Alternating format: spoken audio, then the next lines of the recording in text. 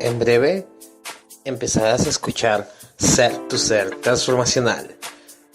Te damos la bienvenida antemano a este espacio de información, creación e imaginación y visión, en donde juntos podremos encontrar diferentes alternativas a la salida, desde un espacio de conciencia expansiva a un universo de posibilidades. Comenzamos en breve.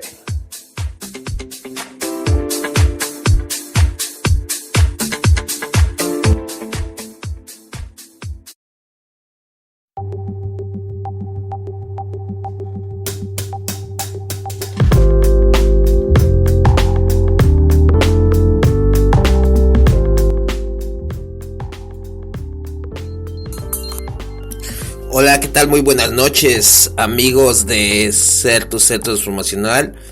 Antemano te doy la bienvenida. Mi nombre es Misael García y para mí es un honor estar contigo una noche más. Ya hace un buen que no estábamos en contacto, pero antemano te doy las gracias por tu sintonía y por escuchar este audio, este podcast o esta estación. Y bueno, pues ha pasado la Navidad y te hablo desde Norwalk, California. Y si es tu primera vez, pues te doy la bienvenida antemano. Me presento y bueno, pues de hecho es una noche muy fría aquí en Los Ángeles, California, pero estamos muy contentos de estar charlando contigo y llevándote un tema educativo y que de cierta forma siempre apoya. Y bueno, pues es prácticamente día lunes, es hora de nuestro programa de Ser tu Ser Transformacional. Y bueno, pues el día de hoy estaremos tocando una temática muy interesante, muy padre, que espero que la disfrutes junto conmigo, que he estado estudiando sobre esta temática y se me hace muy interesante porque a lo largo de los tiempos en la sociedad en que vivimos pocas veces se habla de la inteligencia social. ¿Qué es realmente ser inteligentes y qué es ser sociables? Y si podemos unir esas dos palabras o esos dos pensamientos, actitudes y acciones y formas de ser, ¿qué llevaríamos a cabo? Bueno, pues primero sé que sabes qué es ser inteligente, ¿verdad? Una persona, de cierta forma, tenemos el concepto de inteligencia de una persona que se memoriza todo, que saca 10 en calificaciones o A's, o que lleva una vida excelentemente bien educativamente hablando, ¿sí? O que esa persona, de cierta forma, es una persona que es muy exitosa en lo que es en la materia educativa, pero eso es de cierta forma ser inteligente. Ese ser, sí, es una persona, se le considera una persona inteligente porque lleva excelentes materias, ¿verdad? Saca A's o tiene becas en las escuelas y siempre está como en el cuadro de honor, ¿verdad? Y sí, eso me recuerda hace mucho tiempo en la Ciudad de México. Bueno, pues me voy a confesar, ¿verdad? Que estamos en confianza. Hace mucho tiempo yo tenía una novia, ¿verdad?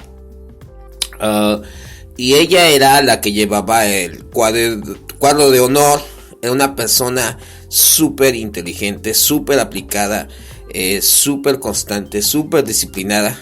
Pero tenía algo que era súper inteligente, pero socialmente no lo era. ¿Por qué? Porque siempre tendía a apartarse y siempre tendría a ser de cierta forma individual, una persona individualista, y que hoy en día ya el individualismo de cierta forma no está funcionando en la sociedad. Lo podemos ver las grandes compañías como Apple, como Facebook, como YouTube, como Google y como muchas compañías más. Podemos ver que se están innovando y de cierta forma están haciendo que la persona no sea nada más inteligente, que tenga unas buenas materias y que tenga ciertos doctorados o ciertas super materias, ¿verdad? Va más allá de eso. Creo que hoy en día las cosas están cambiando y por eso es que quise elegir hablar de esta temática, que es la inteligencia social y cómo nos afecta y cómo podríamos tomar ventaja de ella. Si podríamos unir la inteligencia y el ser sociable. Siguiendo hablando de esta temática, antes de continuar en otra más, pues sí, recuerdo de esta persona, que era la abanderada. Recuerdo que tenía excelentes materias, pero sociablemente no era sociable. Era una persona totalmente apartada, totalmente aislada de los demás, y eso de cierta forma le quita de cierta forma credibilidad a la persona. ¿Por qué? Porque puede ser la persona más inteligente, como Einstein, era una persona súper inteligente, pero socialmente no era tan inteligente, ¿verdad? Entonces, me gustaría hablar un poquito sobre un libro que estoy leyendo, que se llama Daniel Goleman. Ese es el autor, y el libro es Inteligencia Social, la nueva ciencia para mejorar relaciones humanas. Prácticamente la inteligencia es una ciencia, y lo sociable también. Es una ciencia muy nueva, no tiene mucho, pero siempre ha estado ahí, ¿sí? El ser sociable, yo creo que no tiene tiempo, siempre ha existido desde que la humanidad existe, pero no se le había puesto un título como inteligencia social, sino hasta hoy en día que estamos viviendo de cierta forma en una época más contemporánea, y estas temáticas siempre son muy interesantes, ¿verdad? Y quiero hablarte un poquito sobre la conciencia social. La conciencia social se refiere a un espectro que va desde percibir de manera instantánea el estado interior de otra persona a comprender sus sentimientos y pensamientos y a captar en situaciones sociales complicadas. Incluye empatía primaria, sentir con los otros, leer señales emocionales no verbales.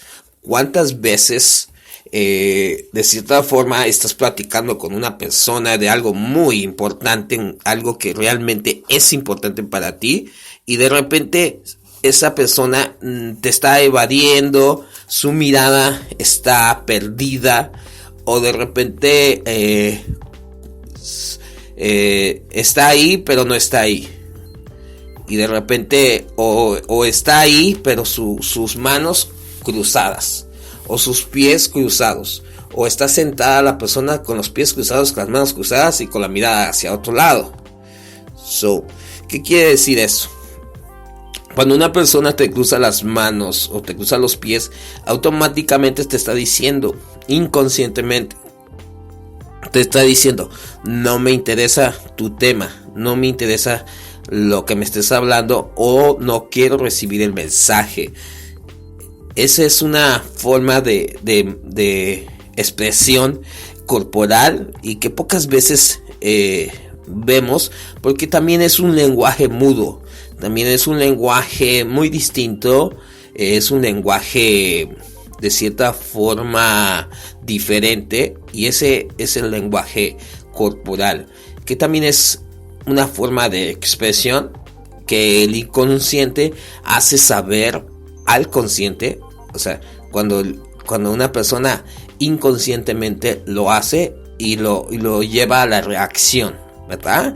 No sé si te ha pasado eso, que de repente vas o platicas con alguien y de repente estás platicando como que quieres platicar realmente de algo muy importante en el teléfono, ¿verdad? Lo digo porque a mí me pasa. A veces que de repente solía hablar con una amiga y de repente le hablaba y yo quería contarle algo muy importante. Y ¿sabes qué es lo que hacía?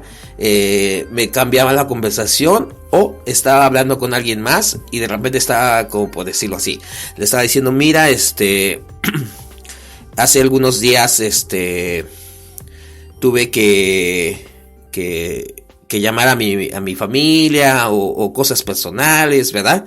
Y de repente esta persona agarraba y te cambiaba la conversación. Ah, sí, pon las cosas ahí a un lado, o haz esto o aquello, ¿sí? Le decía a la otra persona que estaba del otro lado del teléfono. Inteligentemente, socialmente, no lo estaba haciendo, porque realmente no te estaba oyendo ni escuchando, porque su mente, su cuerpo estaba ahí presente, pero su mente está por otro lado. Hay una desconexión, hablándolo neuronalmente. La persona está completamente desconectada de la realidad y que pocas veces las personas viven el presente. Y creo que ese es el mal de uno de los males de todos los males, que las personas viven siempre al futuro o al pasado y nunca viven el momento presente. Y lo veo en las diferentes estaciones de radio o medios de comunicación, que siempre de cierta forma están tratando de meter miedo o de advertir de una forma castigadora. De cierta forma, no tengo nada en contra de ninguna religión, pero sí la religión siempre se mueve del lado del miedo, ¿verdad? Y creo que eso es lo único que nos detiene en lo personal como seres humanos a avanzar en la vida. El miedo a ser tú mismo o a ser a tú misma, o el miedo a expresión. Y eso también tiene que ver con la inteligencia social. Y bueno, pues hablando de esta temática, uno de los 7 pecados capitales, pues existen 7 pecados capitales, pero hay 2 pecados capitales que la religión quitó, y son 2, que es 1, el miedo y la vanidad. Sí, ¿por qué el miedo tendría que ser un pecado? ¿Por qué el miedo tenía que ser una falta, por decirlo así, un defecto? ¿Por qué quitaron esa parte? Porque si las personas se dan cuenta que el miedo es un pecado, o el miedo es una ofensa a tu persona, pues ya no habría tanto control, ¿verdad? Pero al final es el miedo. El miedo nos detiene a muchas cosas. Y bueno, yo te lo cuento en mi caso personal. Yo tenía mucho miedo a hablar en público o a hablar por medio del medio informativo, el cual estoy usando actualmente, que es medio, el medio digital, la radio, el podcast. Y créeme, tenía mucho miedo porque decía, ¿qué voy a decir? ¿De qué voy a hablar? Pero dije, ¿sabes qué? Lo más importante es ser auténtico, ser sincero y humilde. Y creo que cuando esas llaves están ahí, no hay miedo. Y si hay miedo, es para apoyarnos a salir adelante y tomar ese miedo y continuar, ¿sí? Continuar con lo que tú quieres, continuar con el siguiente paso y